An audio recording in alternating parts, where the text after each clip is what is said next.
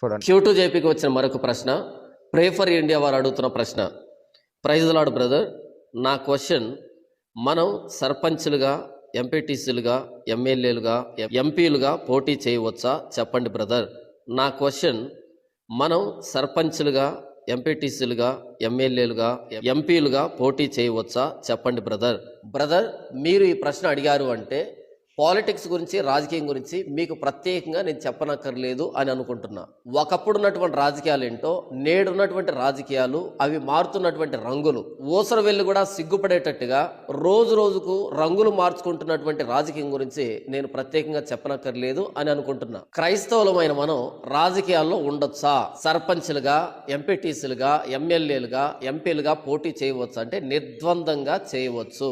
బైబిల్లో ఆదికాండంలో యాకోబు కొడుకైన యోసేపు ఉన్నాడు కదా, ఆయన ప్రధానమంత్రి. ఎస్తేరు కానీ, మోర్దెకై కానీ, దానియేలు, షద్రకు, మేషకు, అబేద్నెగో, దావీదు, సొలొమోను, ఇలా చెప్పుకుంటూ పోతే చాలా మంది రాజ్యాలను పరిపాలించారు.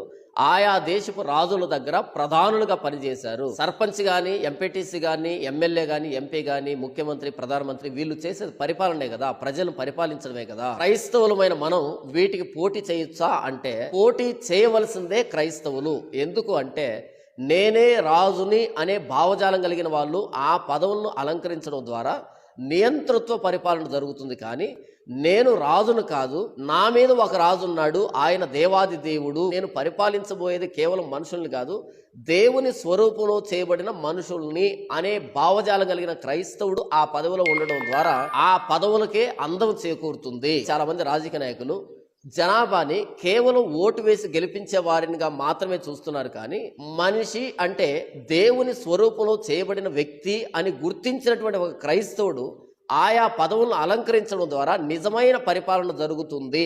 సర్వోన్నతుడైన దేవుడు మానవుల రాజ్యముల పైన అధికారి అయి ఉండి తాను ఎవరికి దాన్ని అనుగ్రహింప నిశ్చయిస్తాడో వారికి ఇస్తున్నాడు అనేటువంటి భావజాలం కలిగిన క్రైస్తవుడు ఆయా పదవుల్ని అలంకరించడం ద్వారా నిజమైన న్యాయం చేకూరుతుంది. అంతే కదా. చూడండి. ఇప్పటి వరకు నీ ఇష్టం వచ్చిన పార్టీకి నువ్వు ఓటేసావు, నీ ఇష్టం వచ్చినట్టు నువ్వు చేసావు. ఇప్పటి వరకు నీ ఇష్టం వచ్చిన పార్టీకి నువ్వు ఓటేసావు, నీ ఇష్టం వచ్చినట్టు నువ్వు చేసావు. కానీ ఇప్పుడు జరుగుతున్న దుర్మార్గాలు కళ్ళారా చూస్తున్నారు. ఇప్పుడు ఒరిజినల్ క్రైస్తవులందరూ నిజమైన విన్నారా? ఇప్పటి వరకు నీకు ఇష్టం వచ్చిన పార్టీకి నువ్వు ఓటేసావు అంటే దేని గురించి మాట్లాడుతున్నాడు? పాలిటిక్స్ గురించి మాట్లాడుతున్నాడు, రాజకీయం గురించి మాట్లాడుతున్నాడు. ఒక పాస్టర్ వేదిక మీద కూర్చొని పాలిటిక్స్ గురించి ఎందుకు మాట్లాడాలి అంటే, ఈ వ్యక్తి నేను పాస్టర్ అంటే చాలా మంది నా సబ్స్క్రైబర్స్ ఫీల్ అవుతారు. అయినా సరే మనం అలాగే మాట్లాడుకోవాలి, తప్పదు. ఇప్పటి వరకు నీకు ఇష్టమైన పార్టీకి ఓటేసావు, ఇక మీద అలా కుదరదు అంటున్నాడు. అంటే ఏం చెప్తున్నాడు? ఈ వ్యక్తి ఎదురుగా వస్తున్నటువంటి వ్యక్తులకి ఫండ్ తీసుకోవాలన్నా ఏంటి? శాలవరాజు, ఇది తప్పు కదా. మనసాక్షి ఒకటి ఉంటుంది కదా, ప్రతి ఆదివారం సరిపోవట్లేదా? ఇప్పుడు మళ్ళీ రాజకీయంలోకి దూరి రాజకీయ నాయకుల దగ్గర ఫండ్ తీసుకోవాలన్నా ఏంటి? శాలవరాజు, ఇది తప్పు కదా. మనసాక్షి ఒకటి ఉంటుంది కదా.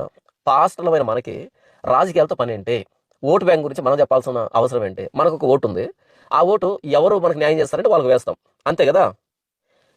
ఒకవేళ చెప్పుకోవాలంటే కనుక కెమెరా ఆఫ్ చేసి చెప్పుకో, నీకు అంత అభిమానం ఉంటే. కానీ ఇక్కడ అందరిని సమీకరించి కెమెరా ముఖంగా ఓట్ బ్యాంకు గురించి ఎందుకు మాట్లాడుతున్నావు? మన మీద ఉన్న నాయకులకు వ్యతిరేకంగా క్రైస్తవులమైన మనం మాట్లాడొచ్చా చెప్పు? అది నెబుకద్నెజరు పరిపాలన అయినా, అది సన్హెరీబు పరిపాలన అయినా, అది రోమియో పరిపాలన అయినా, గ్రీకుల పరిపాలన అయినా, ఏ పరిపాలన అయినా సరే సింహాసనాల్ని, రాజ్యాల్ని నియమించేది ఎవరు? మన దేవుడు కదా. కాబట్టి ఆ రాజ్యాలకు లోబడి ఉండాలని బైబుల్ చెప్తే, ఏ రాజ్యమైనా సరే, అది మృగం లాంటి రాజ్యమైనా సరే, అది ప్రభువైన యేసుక్రీస్తు రాజ్యమైనా సరే, ఏదైనా సరే మన మీద ఉన్న ప్రభుత్వాన్ని నిర్ణయించే దేవుడు కదా. మరి ఆ రాజ్యానికి లోబడి ఉండాలి కదా.